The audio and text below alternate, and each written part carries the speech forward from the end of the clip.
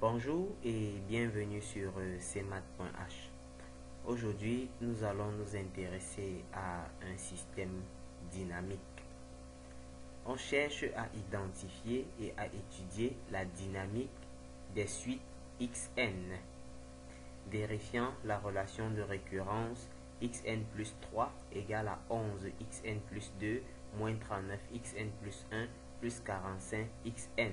Pour cela, on pose xn, grand xn égale à petit xn plus 1 et petit xn plus 2.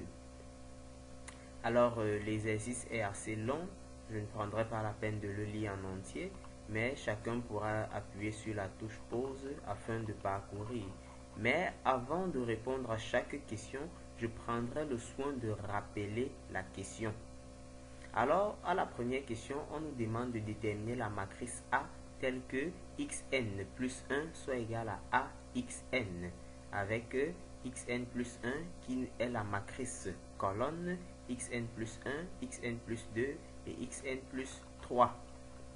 Nous prenons le soin de bien détailler xn plus 1 comme étant 0xn plus xn plus 1 plus 0xn plus 2. Et xn plus 2, c'est 0xn plus 0xn plus 1 plus xn plus 2. Et enfin, xn plus 3, nous reprenons exactement l'expression qui nous a été proposée dans l'énoncé à ce niveau. Une fois que cela est fait, nous nous rendons compte que ce membre de droite n'est rien d'autre que grand xn plus 1. Et de ce côté, nous pouvons avoir grand xn multiplié par une matrice 3 fois 3 sous cette forme. Alors, nous pouvons conclure que la matrice A que nous recherchons, c'est la matrice colonne.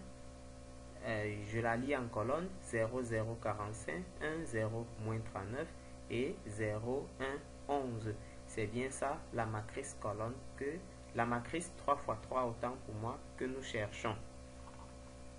Maintenant, on nous dit, nous voulons montrer que pour tout entier naturel positif, xn est égal à a la puissance n fois x0. Alors, nous allons faire une démonstration par récurrence. Et pour cela, on considère P de n le prédicat d'entier naturel xn égale à a puissance n fois x indice 0. Alors, à l'ordre 0, on a A0 fois X0 qui nous donne X0. Pourquoi? Parce que A puissance 0 nous donne la matrice identité. Donc, la proposition est vraie pour n égale à 0. On considère donc un entier K fixé qui est positif et on suppose que la proposition est vraie à l'ordre K. Et on va montrer qu'elle est aussi vraie à l'ordre K plus 1. Alors, pour cela, on considère xk plus 1 qui est égal à a fois xk. Alors, nous connaissons qui est xk.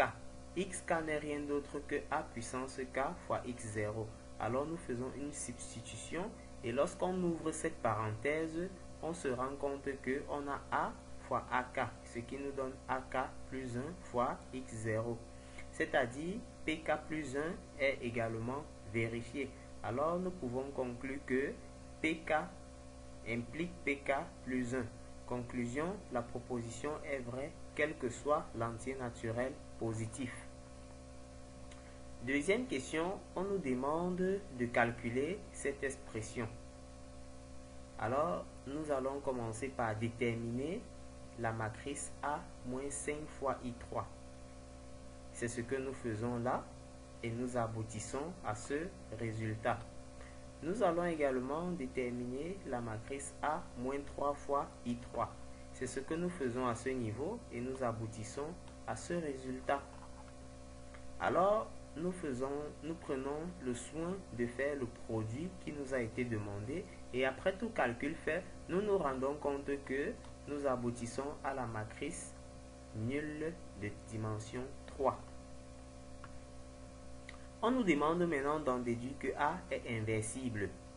nous prenons le soin de développer l'expression que nous avons eue tout à l'heure et nous avons vu qu'elle est bien égale à la matrice nulle de dimension 3. Pour cela, nous allons tirer I dans cette expression. Lorsque nous tirons I, nous nous rendons compte qu'il est possible de factoriser par A dans le membre de droite à ce niveau. Et une fois que cela est fait, nous voyons bien que nous avons à multiplier par une certaine matrice qui nous donne la matrice identité. Alors nous pouvons conclure qu'il existe une matrice B qui appartient à l'ensemble des matrices inversibles en dimension 3, telles que A fois B soit égal à I3 soit égal à B fois A, avec B qui est tout ceci. Alors, on peut donc conclure que A est inversible et A-1 égale à B. Maintenant, nous allons expliciter A-1. Pour cela, nous calculons A carré, ça nous donne ceci, et nous remplaçons. Une fois que les calculs sont faits, nous trouvons que A-1 est bel et bien cette matrice que je viens d'encadrer. Alors, troisième question, on nous demande de déterminer les trois matrices C1, C2 et C3, vérifiant ces conditions. C'est-à-dire, AC1 égale à 5 fois C1. Cela voudrait dire que j'aurai le produit de la matrice A par la matrice colonne C1 qui égale à 5 fois C1. J'aboutis à ce système et après résolution, je trouve C1 égale à 1, 5 et 25. Ensuite, je vais déterminer C2 tel que A, C2 soit égal à 3 fois C2. Alors, une fois que je fais ce produit matriciel, j'aboutis à ce système. Et après résolution, je trouve C2 égal à 1, 3, 9. Enfin, je vais déterminer C3 tel que AC3 soit égal à C2 plus 3 fois C3. Alors, je reprends le produit matriciel et j'aboutis à ce système. Après résolution du système, je trouve que C3, c'est le vecteur colonne 1, 4, 15. Question 4. Soit la matrice P faite des colonnes C1, C2 et C3, nous voulons justifier que P est inversible. Ça, c'est le premier volet de la question.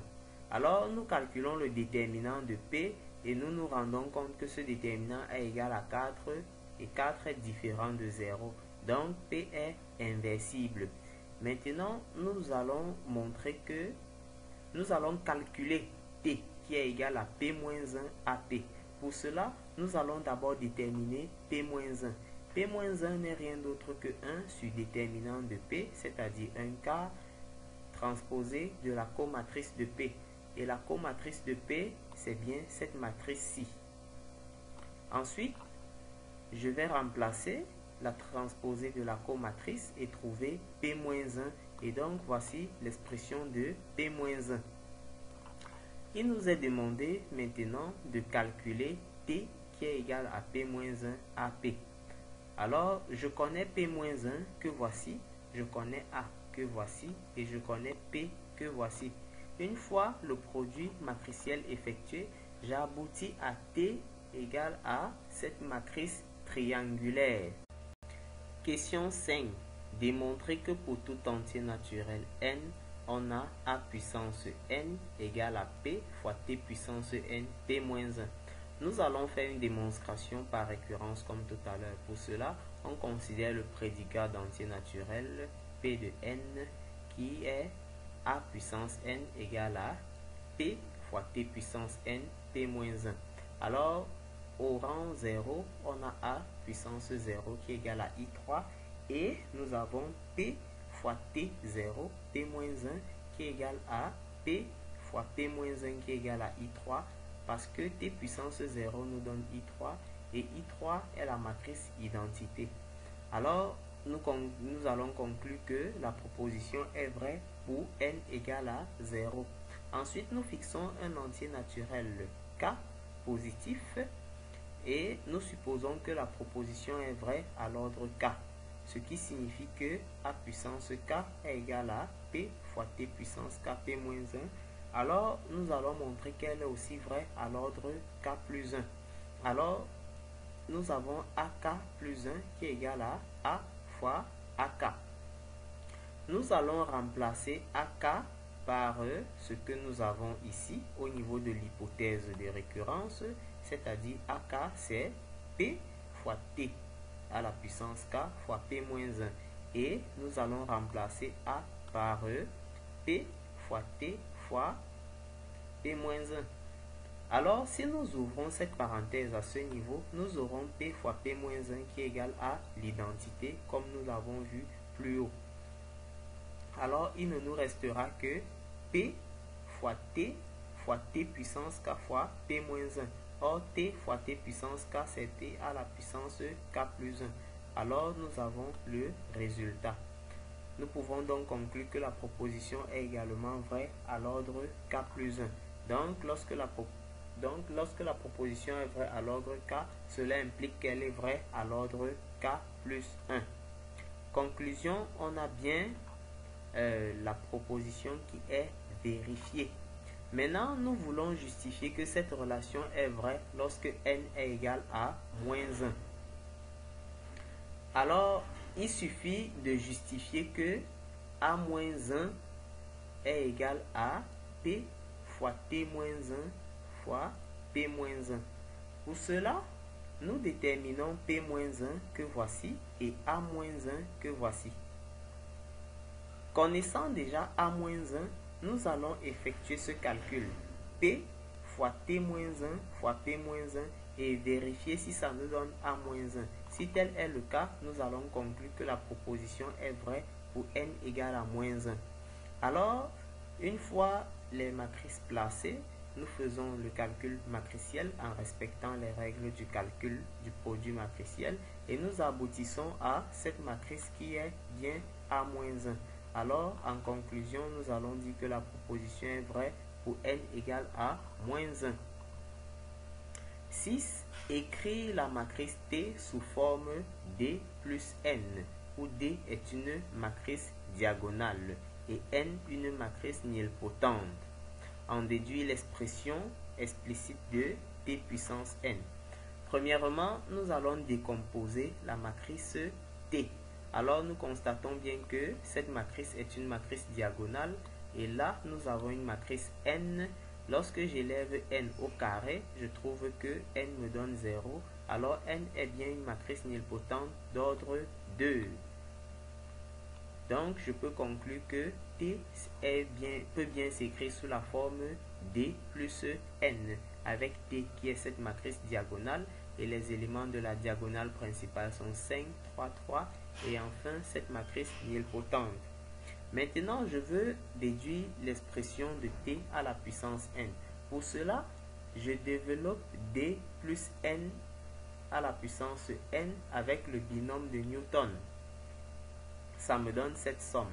Si je décompose cette somme, je vais trouver combinaison de 0 dans n, D puissance n fois n à la puissance 0, plus la combinaison de 1 dans n, D à la puissance n moins 1 fois n puissance 1. Et ma somme s'arrête à ce niveau. Pourquoi? Parce que lorsque K va dépasser 2, ou alors du moins lorsque K dépasse strictement 1, on a n à la puissance K qui nous donne la matrice nulle. Alors, je constate que la combinaison de 0 dans n c'est 1 et la combinaison de 1 dans n donne n. Une fois que les calculs sont faits, je peux remplacer et trouver T puissance n qui me donne cette matrice. Question 7. On nous demande de calculer xn pour x0 égale à 1, x1 égale à 0 et x2 égale à moins 1. Puis donner le comportement asymptotique de xn. Alors, qu'est-ce que je fais? Je sais que xn est égal à a puissance n fois x0. Or, a puissance n, c'est cette expression, c'est-à-dire p fois t à la puissance n, p moins 1. Alors, je sais également que pour retrouver x puissance n, il me suffit de multiplier cette expression par x0. Une fois que cela est fait, il est conseillé de commencer par la droite en allant vers la gauche parce que ça nous permettra d'avoir des matrices colonnes. Une fois que le produit matriciel est effectué, arrivé à cette dernière étape, nous avons besoin de déterminer uniquement la première composante de xn parce que les deux autres composantes ne seront pas très utiles ou alors elles peuvent se déduire de la première. Alors, après ce produit matriciel, nous trouvons xn qui est la première composante qui est égale à 2 fois 5 à la puissance n moins 3 à la puissance n crochet 1 plus 7 tiers fois n. Et si nous calculons la limite de xn quand n tend vers plus l'infini, nous allons trouver que xn tend aussi vers plus l'infini, ce qui est le phénomène d'explosion. Alors, c'est ici que s'achève notre exercice. Merci.